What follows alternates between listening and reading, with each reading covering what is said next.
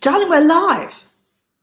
Ooh. That didn't take long, did it? I find technology not working very relaxing. All I know is I was sitting here and I'm drinking my wine, so I'm actually quite relaxed at the moment. I know. Technology, not much. It kind of makes me want to shout. Like traffic doesn't bother me. People being rude doesn't bother me. But technology, sometimes I think, oh, if I had a gun, it wouldn't be good. I mean, it wouldn't be good if I had a gun most of the time. I'm so sorry, everyone, our viewer, and in fact, and Carolyn. I'm terribly sorry to the two of you. Alison's she's just gotten stuck into the wine. Georgia will be on her 7th martini. And William's here. William, thank you so much for sticking around. I do apologize. Well, I'm drinking tonight because I'm at Threadbow. See the snow thing behind me? Yes. Lovely. I'm drinking water. For some reason, I'm off grog. And for, it's September now, so August wasn't that healthy. But anyway, how are you, Maz? I'm very, very well. Yeah, we really excelled at the Healthy August, didn't we, you and I? Yeah, well, it wasn't our finest moments, but hey, I think it's exceptional circumstances. I have to tell you, so this week, I was on ABC Radio overnight. So this is late night sort of stuff, 4:20 in the morning. This is my third time on the show. Trevor Chappell is just a lovely man, and he's open about his own mental health issues. And so we chat, and of course they're based in Victoria, so it's a Victorian show. And so many old ladies called in. It was just beautiful. And one named Barbara, I have to just tell everyone about Barbara. Barbara said, you know what? I'm coping, but nobody's calling me. Can you please ask people to give me a call? She said that on the Everybody radio. Call Barbara. So Johnny, Kathleen, William, Caroline, Anthony, everybody call Barbara. We'll get Barbara's number. We'll all call her. Not at 4:30 in the morning. The ABC always want you there really early in the morning, don't they? It's always a really early, can you come in and do the before breakfast show? And you think, I'm also available for mid-morning.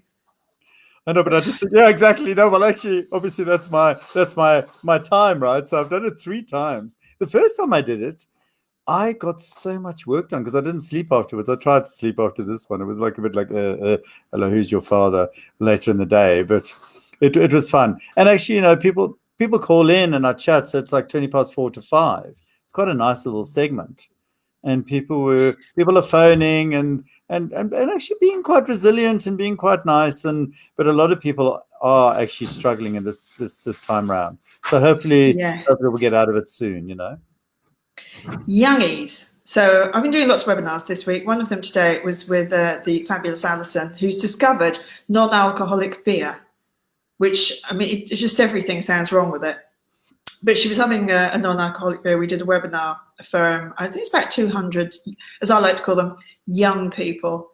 And we were talking about young people afterwards. And one of my friends was saying his daughter, uni stopped, her part-time job stopped, her dance classes have stopped, and I can't remember what else. And I thought, do you know what? For me, COVID is inconvenient, and it's, first world inconvenient. But for young people, the whole world has turned upside down, and we have all the resilience of being 700 years old. So we have a lot of life experience. It makes it much easier for us, I think. Speak for yourself. What would you say? So before everyone, our viewer, you, the viewer, when Mark and I were trying to get the technology to work, we were both saying, how bad would it be to have a facelift? And we were doing that kind of pulling our faces in all directions like that. And I'm going to start a fund. Do you think I could do a GoFundMe for just a little bit of a lift? Yes. Or just change my attitude, not care. I think that could possibly be that's probably the way to go. That's the way to go, I think. I know. I couldn't be bothered to have a facelift. No, you have to be in plaster forever and all that kind of stuff. And it might hurt. I'm not very good with all of that. What advice do you have for youngies? For the youngies. But coming back to that, I can't remember. I need to make notes now. But I can't remember if I mentioned the survey last week. Can you remember that, Maz? So in the UK, 16 to 25. Which survey? And I mentioned this. I don't know, because we always talk, and then I'm never quite sure whether we've said it on this or whether we've said it before. No, I know that's bad, right? But and again, if there are any UK people going to watch this, it's a UCOPE survey for young people 16 to 25, so a whole lot of them. And it's sad because 60% said they did have mental health issues before, but of those who didn't have mental health issues at all, 2/3 of them now have anxiety, and 94% of the entire survey are worried and know that things are going to change after COVID. And the survey, by the way, was during the lockdown in England. And it was just so sad. And half of them, the sample at least, are overeating. But two good things, there's always a silver lining, and I always look for some positivity. Even though, of course, mental health is on the increase, and I said this on the radio show as well, mental health literacy will be on the increase. So that's a positive out of this, because people understand what a lot of people have to go through now, having some symptoms they've never had before. But two positive things out of this with young people. They were feeling less pressure. A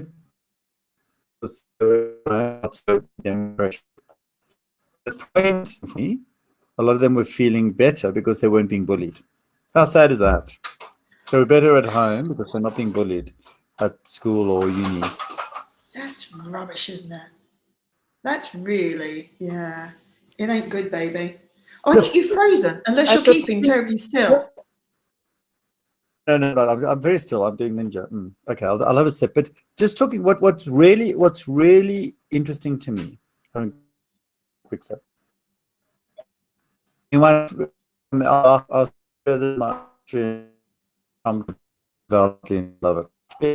So, what's interesting is young people, and you're talking about tips for young people. When I was younger, we went to the milk bar. I mean, how old am I now? We had our little bicycles, and we went to the mall or the beachfront or whatever. Young people hang together and they go online.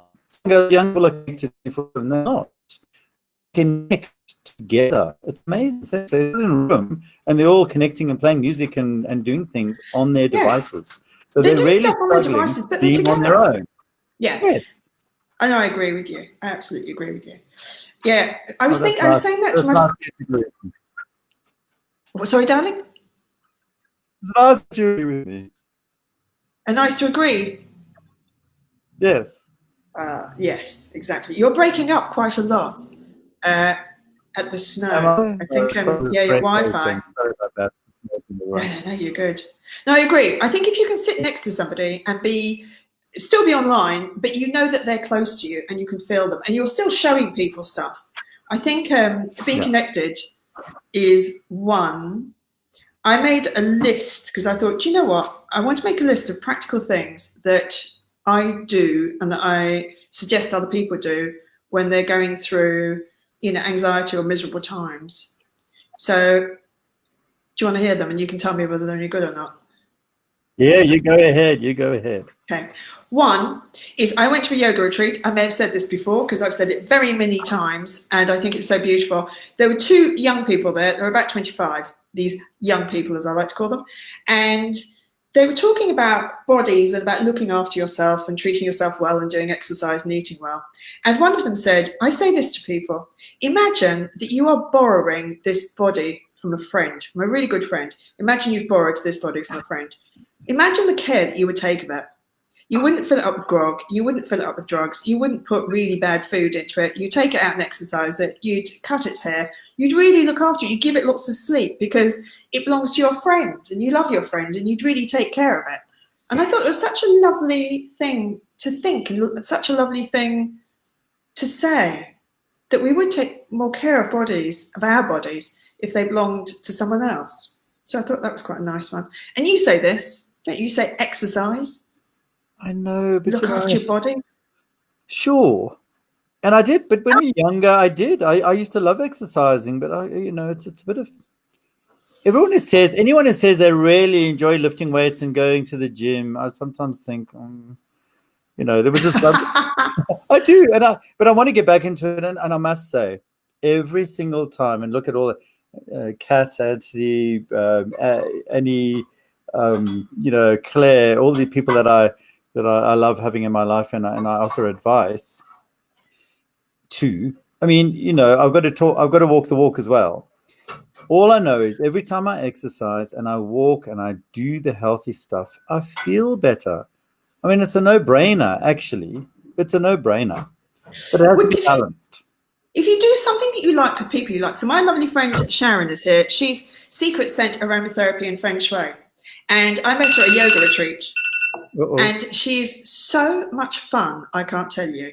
So I met a bunch of women, and they're all around my age, and they were all so hysterically funny. They were so unlike people you would expect at a worthy yoga retreat that I laughed my head off all the time. And we're going back at the end of October. So if you're not calling Barbara on the phone, 80-year-old Barbara, you're not busy doing that, come to the yoga retreat with us. It's so much fun, I can't tell you. I think women of a certain age, and obviously you're 32, and I think people in their 30s like you, and 40s and 50s, and are the ones to go to yoga retreat.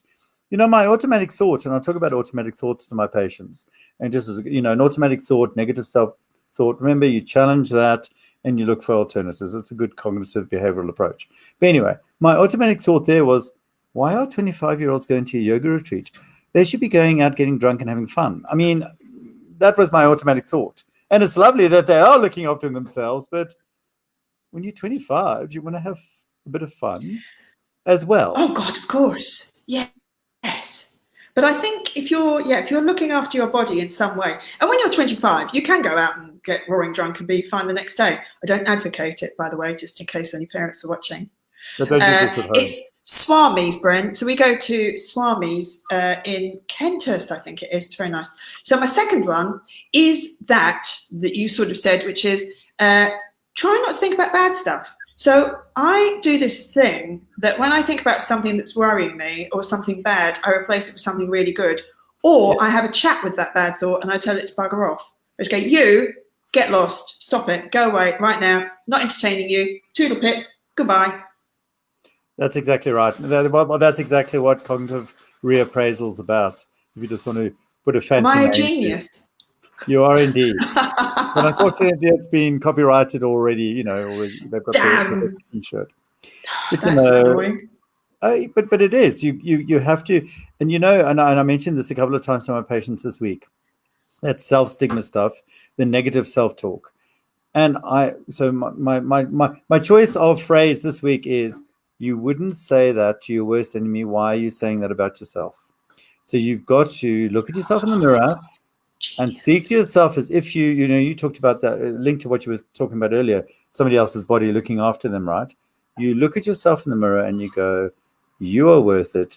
You can actually do this, and not say those horrible things because it's you. You're not allowed to. I completely agree with you, because I think, what's the point? I can't see any point in saying anything awful about myself. I just think there are plenty of other people out there. Go online, Google me, lots of people saying it for me. So I think the other thing about being in the now, I have a friend, John Hale. He is a strategist, a strategy guy. And he said to me, when you want to be in the moment, I think this is really smart, narrate. And I went, what do you mean? And he said, just say, so I'm now talking to my friend Mark, and I'm looking at the screen, and I'm sitting up straight, and I've got the light on, and I've got a nice glass of water next to me, and so you actually, I'm walking along the street, the sun's shining, and it's beautiful, and I can feel my feet, and it was such lovely advice. I thought, that's a really good way of being in the now. If you're narrating your life, I don't suggest saying it out loud. I think that would be quite a bad thing. The other thing he said, which I think you might find interesting, Mark, is this. I spoke to him this morning and I said, where are you? He said, I'm in the park and I'm earthing myself. I went, okay. It doesn't involve being nude or anything, slightly odd or anything, does it? And he said, no, I've just dug a hole and I've put my feet in and I'm earthing myself. What a lovely thing to do. Well, that is lovely, but you see, it's common sense. So what you've just mentioned, two things: mindfulness, staying in the now, concentrating on being. It's absolutely what that is. And the second thing, earthing, grounding. So grounding yourself. So often, take your shoes off when you're having a panic attack. When this is really useful, chanting, meditating, saying those things. A lovely woman that's actually in my book, Shazzy, hey Shazzy, whoever you are, you're wonderful. She's learned how to ground, and she either does it in her head or as a little mantra. She talks. So it's her birthday, her father's birthday, her grandfather's address, her address, and she repeats that. I've got it, in the wrong That's order, probably. lovely. She repeats that, and now she can prevent herself getting into a panic. It's amazing. But the best thing in a panic, and we do this in DBT, dialectical behavior therapy, or CBT, is a circuit break. So you go naked in your house and sit on the cold tiles of your bathroom floor. Oh, It's a that'd sort be of nice. shock to the system, and it brings you into the present. It's an amazing thing. Or holding ice in your hands, and this is what psychologists do in these sort of therapies. So walking on the wet earth and mud and the sand, and we're wonderful in Australia. We've got all this wonderful space. Yes. Barefoot, grounding yourself, so earthing, whatever you want to call it. It's actually being at one with nature, and you just feel that you're Yes. there and connected. And again, it always comes back to connection. It does. And hug a tree. And Emma wrote she finds it difficult to be in the moment. But I think if you try that, Emma, if you try doing, what Mark said, or narrate your life, or do something that just brings you back to now, so whatever process it is. And I think about that, when my friend John said this, I thought, that's a really good idea. I'm going to do that. And, I do. I kind of go, right, it's really beautifully sunny and I'm walking along. I've got legs and they're carrying me. It feels, really nice. My friend Fee and I, we do this thing every morning. I say every morning. We've done it 3 times. So now, of course, I'm an expert. And we're on this little app called Marco Polo, and you can send each other messages. And we send each other messages saying what we're grateful for and how fabulous the day is. And we just do it every morning. It's so nice. It's a lovely thing to do. But again, people, this is the anxious shrink, and I talk to Maz about anxiety, and I always say these things, and it sounds so easy. It's not easy. I have real difficulty keeping in the moment and sticking in the moment, and then I'm like a dervish, and then, of course, the people around you suffer a bit. You got to be careful of that. And then, of course, things get out of hand, and then you calm yourself down, and then what you've done is raise everyone else's. And I'm looking at John as he's cooking. You make everyone else really anxious so that you look like you're really calm. This is a great idea. I sit down and go, hey, everyone, and you should do this. And, meanwhile, people are wanting to throw things at me. And it's true. So, and again, I come to this, and I talked to my inpatient group yesterday about this and the 4 prongs of wellness, and look at medication and breathing. But if it was as simple as just walking barefoot in the sand and everything would be great, it's not. But the big thing is, and I'll say this, I had this, it was wonderful. I had this German psychotherapist trainer when I was training and do my, old-fashioned psychotherapy. And used to sit there in this German accent and go, Mark, it is all about control. It was just, I'll never forget. It was a wonderful man. But it's true. And you look at that and you go, yes, it is. And so if you feel more in control, and that's why I keep on harping on about routine and doing these things, because actually it makes you feel more in control. You're controlling your day, and the sleep-wake cycle, which is pivotal, that falls into place if you're taking control of other things. Yes. Sleep, I think, absolutely. The whole sleep hygiene thing is just amazing. Emma said she also likes tapping and sitting in the shower. Yeah. Having a lovely shower just makes you feel so good, doesn't it? Well, getting into water. And so a lot of my patients actually pool walk or swim, myself included. I love swimming. I feel wonderful. I can spend 2 hours in the pool. Who's that? Good for you, young person. What? Who's that? That's my younger one watching something on his game thing. That was so lovely. It was like you completely forgot you had children. Everyone. Oh my God, we've got children. Where did they come from? I mean, God, talking about fear and lack of fear, I just wish I had the same. We're going to have our ski lesson tomorrow. And I haven't skied since last year. I'm not a big skier. And I'm really enjoying it. We're doing it as a family, and it's a wonderful thing. Talking about being grounded in the snow. and they just go down, boom. They just go down the slope. And I look at them and I just think, partly, I think that's wonderful. I just wish that I didn't, I could also have no fear like that. That's just wonderful, I think it's quite smart there, though. I love that everyone's saying what they do in the shower. I play music in the shower and I dance. So as I wash myself, I kind of, and it just makes me laugh so much. I think, how absolutely ridiculous do I look? And also, my lovely friend Sharon, I've been purchasing her products, and I'm only saying this because they are so lovely. They make me feel really happy. And she said, throw a little bit of essential oil, whatever essential oil you have that you like, in the corner of your shower, and then when the shower hots up, the smell just makes you happy. Nice smells do make you happy. The other thing I thought of, Dr. Mark Cross, is this: do a chore that you've been meaning to do that you can see has been done. So I've been meaning to do a little bit of painting on some flower pots that were just a bit horrible. I thought, I'm going to just do. And when I looked at them, I had a little chat with them and they saying, look at you look so much better. Good for you. Look at you now. Oh, you're gorgeous. Neighbours obviously think I'm bonkers. Fair enough. But it made me feel really good because I did something that I could see made a difference, made me a bit happy. But that's wonderful. And you just said three things that I'd like to point out. Don't worry about what other people are thinking of you, because that's important. Smells. Oh, I love it. Aromatherapy smells, and that really calms the senses, that whole oil thing. And, I'm not into this whole stuff too much, but I think it's really, really important. And the third thing is sing or dance as if no one's watching you, and don't care, because it really is a wonderful way to just lift your mood. And actually, probably if somebody's looking in the window and watching you dance in the shower, you're lifting their mood too. Hopefully it's not a stalker. Well, I mean, you say that, but you haven't seen me nude dancing in the shower. Maybe you have, Mark. I do sincerely hope you have, just for you. I made Dancing with the Stars in the UK. And the first day I met the dancers was the press day. So it was a big day. They all came together. And they did this dance routine. And because I was working the show, I was one of the bosses of it. I was sort of in the middle, of this beautiful, it was the Café de Paris in Leicester Square. And the music started, and they started dancing. And the energy of them dancing was something so astounding. It was so beautiful to watch. And I took the job, not because I particularly like dance. I like the format, and and something happened. And I was thinking, if you took them into hospitals and into wards where people were unhappy, that energy would just make your soul absolutely go bada bing, bada bing.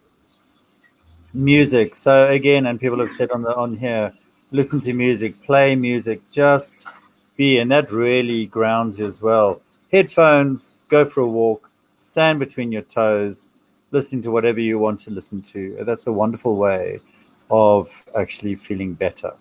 And I'm from Africa. I keep on saying I love African women on many levels, but their voices and singing. And if you are with a crowd of African women singing, you can't help yourself but feel connected and feel lifted into something joyous. Yeah, African dancing, I love. I'm going to digress for one tiny second and tell you a very sweet thing. When I was in Africa, forever ago, I was about 30, so 2 years ago. And my friend's family, all about my age or younger, and they all had like 85 children. And they used to say to me, you have no children. This is terrible. I went, no, it's okay. I'm fine. I've got a job and I'm lovely friends. And it wasn't really my plan. And, they felt so bad for me. I tried really hard to make them feel better and not to worry about me. And the next day they said to me, we had a conversation and we've worked out why you don't have children. And I went, why? And they said, you walk too straight. You walk like a white woman. I went, I am a white woman. They said, yeah, but you've got to get some swagger on. You see, you've got to walk like this and shake your bum. And you just got to kind of sexy it up a little bit. And I thought, they're absolutely right. I walk down the street like I am, about to go and save the world. I must get down the street. And I thought, you're right. You're walking down the street like it's an occasion, like it's a catwalk. And I'm walking down the street like, I'm the head of the World Health Organization. Yeah, well, that would be under a shawl. But, Black African women are just, and, rural women, we're talking about kids strapped to their back. So they strap their kids on their back with a big sort of blanket. And they carry washing and everything on their heads. So they got these huge things on their heads, kids on their back, carrying things on either side, absolutely straight, and they're walking and nothing's falling. Catwalks all over the world would learn a lot from them, I have to say. It's amazing watching that, and they smile, and then they just make your day. Yeah, you think, So yeah, smile, you're right. smile. That's another thing. So, we are digressing, but again, we're looking at what's helpful and what's not. And I must say, before we go, I'm not quite sure where we are with time or anything, but it's now Friday morning. So it's a mental health week next week. I forgot, and actually, on Thursday, the 10th, when we're next going to chat, it's officially, I think that's the mental health day. So join us for that. Actually, I've got a couple of presentations in the afternoon, and then I'm presenting to a group of psychiatrists afterwards. So it's going to be a busy day. But remember, folks, that's Mental Health Week, and we can all do something to improve our mental health and the mental health of others. And so I'm gonna make it a rally call this week. Call Barbara. Everyone, you've got a Barbara in your life. Call her or him. Yes. Ground yourself, hug a tree, dance in the shower, sing around the house. Imagine that you are looking after a friend's body for them. And treat your mind like that as well, like you're looking after it for someone else. And I love what you said about the fact that you wouldn't say mean stuff to someone else, but, we say it about ourselves. So maybe call someone, say something really mean. Not really. Stop saying it to yourself. It's a waste of time. Oh, I go there, but don't say mean things to yourself or anyone, really. Who needs that? Because also, and that's the horrible thing about homophobia and misogyny and all that, it's actually stuff that you don't like in yourself. You're projecting or displacing onto someone else and being horrible to them and putting them down. Actually, that's your stuff, and you need to own that and make sure that it doesn't turn inwards and be horrible. So young people, if you see anyone young around you that looks a bit sad, give them a compliment, tell them it's all going to be fine, be lovely to them. If you're young, just be careful about, not being mean on social media. So if you were going to say, that's rubbish, maybe think twice about it. Up your kindness level. Just be a little bit kinder to each other and compliment each other. Saying something lovely to someone, so nice. It is, and You're lovely, Mark Cross. You are lovely, Maz. I've already complimented you a couple of times. 32. Yeah, I don't really, but I'll have another sip of John, wine. you laughed a little bit too quickly and a little bit too loudly, just to be honest. Does anyone else hear John? I was actually laughing at him trying to be funny, not at you. I don't know if it's funny. It's so important, isn't it, to have friends around you who just keep you grounded.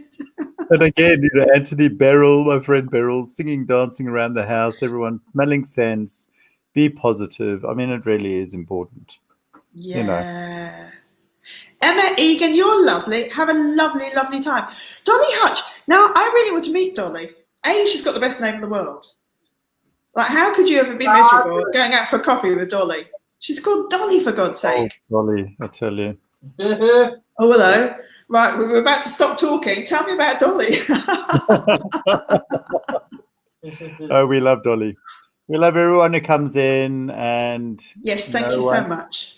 And I'm sorry we were so late. We weren't off, on eBay or anything. It was just we had to go in and out of this system about 35 times to make it work. That's the royal we, by the way. I was just waiting. Very, very relaxing. Hey, Robin. Hey, everyone. Hey, Bill. It's lovely to see you guys. And remember, I love Bill.